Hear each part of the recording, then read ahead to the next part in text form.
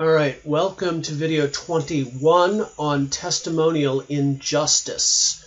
So basically this video is going to be outlining a single concept, testimonial injustice, and on a basic level, it's a simple concept. Testimonial injustice happens when someone isn't believed, but they should be believed. They give a testimony, they say something, it's true, but for reasons that are unfair, people don't believe them. So testimonial injustice is actually an incredibly common kind of injustice. And as we go on, we'll see how big a deal it really is. And so in some ways, I could just stop the video here. Testimonial injustice is when someone doesn't believe you unfairly. But I do want to go into more detail because I want to work out why this is so crucial and all the dynamics that go around why some people aren't believed and other people are. And so this is all drawing on your reading from Miranda Fricker, whose work on testimonial injustice has been really, really groundbreaking. So I started with an exercise, and actually, before you watch this video, do this part of the exercise at the very least. So there are two exercises in this unit, and do this one at the very least on your own, because I think it will set the tone for what's going on. So just describe a time when you weren't believed, even though you were right. So you said something, someone didn't believe you, and you were right. And I'm certain this has happened to you, because this happens to everyone. The next question is, why weren't you believed? And the final question, which is the one that brings out the what do I want to say? The moral dimension to this is whether how did not being believed make you feel? Did that feel? Oh, there's a typo in that slide. Should be feel morally unjust to you. So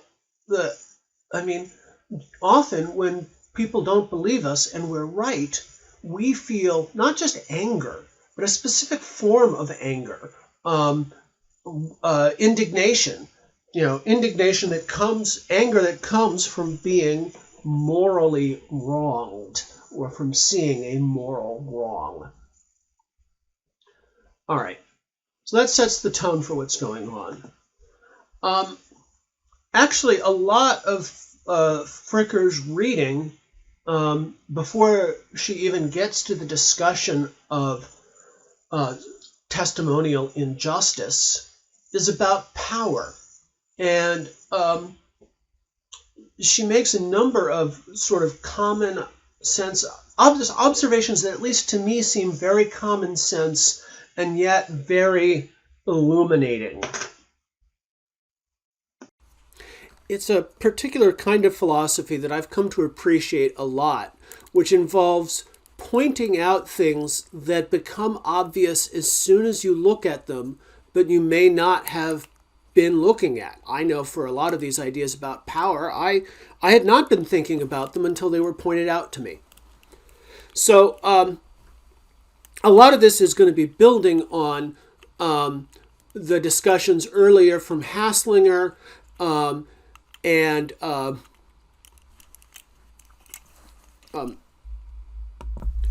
Iris Marion Young about social structures and social structural injustice. In some sense, epistemic or testimonial injustice is a special case of structural injustice, or at least it can be. And so everything we're talking about, I think, needs to be seen in conjunction with the comments there about what exactly a social structure is. So actually, Fricker begins by talking about social power. And this is pretty straightforward. Social power is power to change things in the social world. And it's just meant to be contrasted with physical power, which is power to change things in the physical world. And this also gets back to the discussion we had when we were talking about the social construction of race, about the difference between physical reality and social reality. So again, the example I used there was the Rio Grande and the Texas-Mexico border. The Rio Grande is physical reality. The Texas-Mexico border is social reality. And so different kinds of power are used to change these things. So physical power, like dams, would be needed to change the Rio Grande. Social power is needed to change the Texas-Mexico border. It all seems pretty straightforward, but you have to think now about the different kinds of power out there and what it would take to wield either of them. Another very important observation that Fricker makes about power is that it comes in active and passive forms. So power isn't just around when it's being used. Power is a kind of a disposition. It's there even when it's not being used. So there's electricity running through your house even when you don't turn on the light switch, right? Power is there even when it's not being used. And power can be active or passive. So consider a police officer writing a speeding ticket. This is an active use of power because one person is changing the social world through a deliberate action, right? Writing a ticket changes the social world. Now suddenly you owe someone money. You have to appear in court. Sometimes people use power passively just by being there. So if a police car pulls onto the highway, everyone slows down, right? That is not an active use of power by the policeman, although it's the exact same power as it is to the power to write a traffic ticket. It's just being used passively.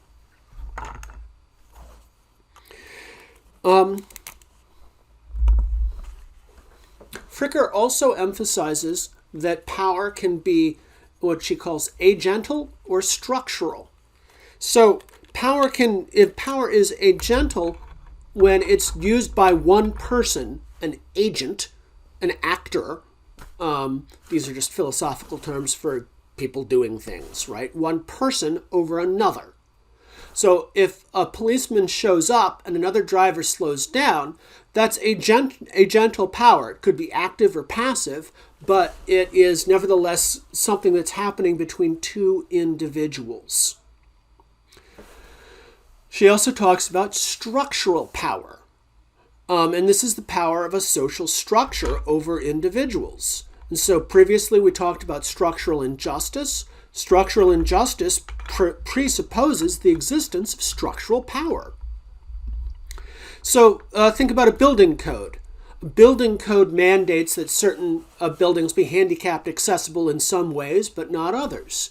That is a social structure exercising power over individuals. Some handicapped people get more power, others do not. And of course, the people who build and design and purchase the buildings also have power exercised over them by a social structure. All right, so even a gentle social power requires the cooperation of others. And I don't know, the more I think about power, the more, particularly social power, the more I think that this is the main thing. No one has much social power on their own. Social power comes through the cooperation of others. So I got to be honest. I have social power because I give you grades. I just have to be honest about that, right? That means that I've got power. I'm in a power relationship with the students. that power is not really intrinsic to me. It comes from the cooperation of others. I can enter grades all I want into a computer, but that will mean nothing unless it is made official by the college and taken seriously by employers and other institutions. The social structure is the real source of even my agential power. And, I should add, I take grading seriously, I try and be, there are a huge number of duties that come with that kind of social power, but that's neither here nor there. So this all comes together to give Fricker a general, her precise definition of social power. It is a practically situated social capacity to control others' actions, where this power may be exercised actively or passively by particular social agents, or it may operate purely structurally.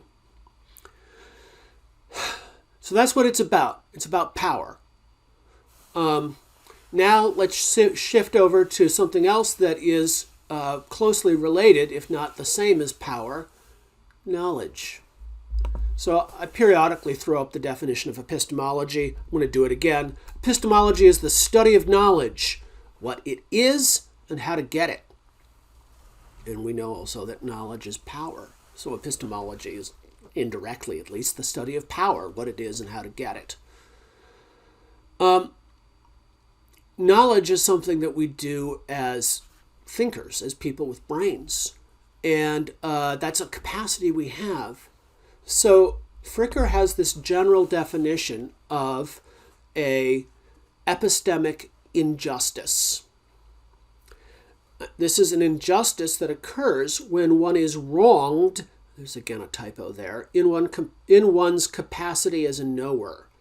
That is, some unfairness has been committed against you with regard to your ability to know things. And the primary form of epistemic injustice that we're going to be looking at is testimonial injustice. This is the injustice that comes when you're not believed. So it is, it could go either way. There's credibility deficits and credibility excesses. So the exact way it's defined is, it's a kind of epistemic injustice where one is wronged because one's assertions were not given the right amount of credibility. So the standard idea here is a credibility deficit. You say something and people don't believe you even though you're right. And so actually, Fricker's first example here is from the talented Mr. Ripley, when one character, Marge, has a pretty solid idea that this guy's the killer, but no one believes her because she's a woman.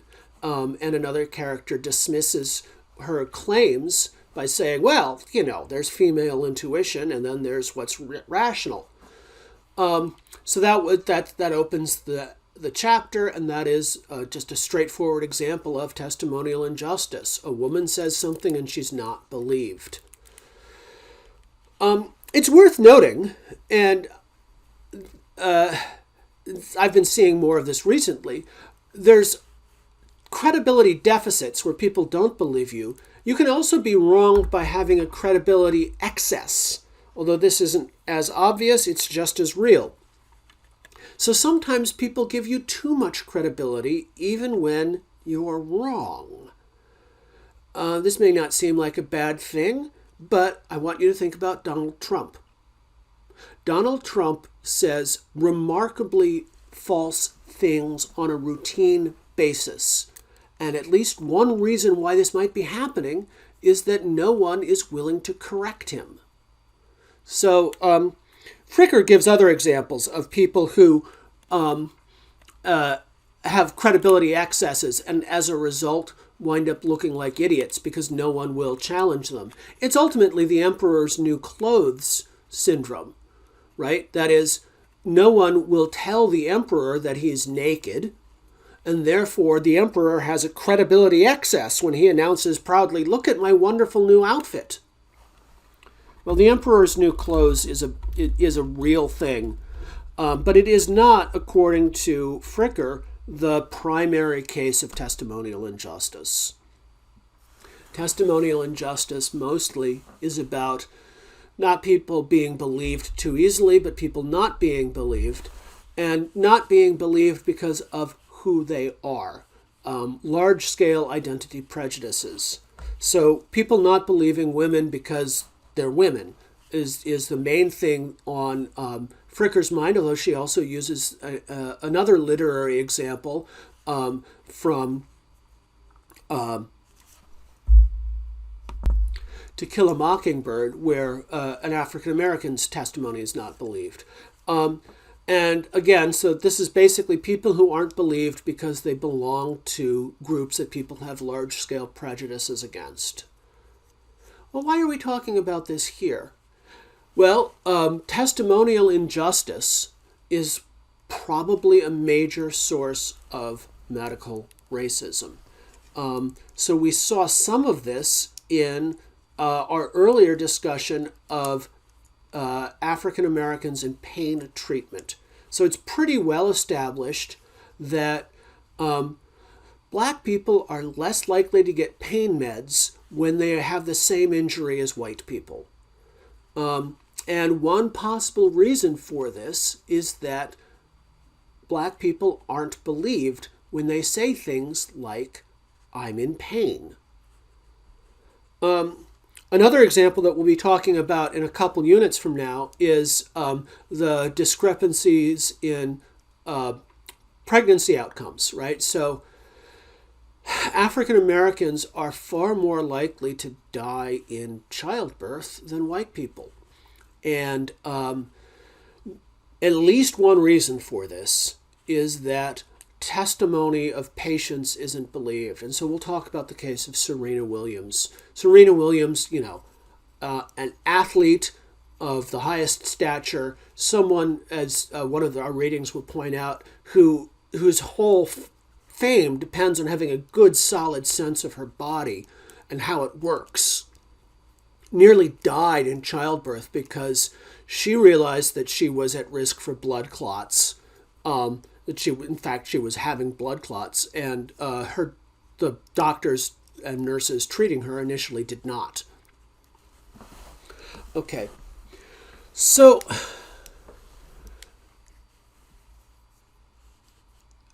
being doubted when you're right feels like a wrong, and it seems like simply pointing out that this is a wrong that happens is straightforward enough.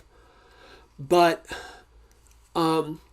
what I think we can see here, because Fricker has put this in this larger context of a discussion of power, is that this is actually a really big deal. Societies run on knowledge.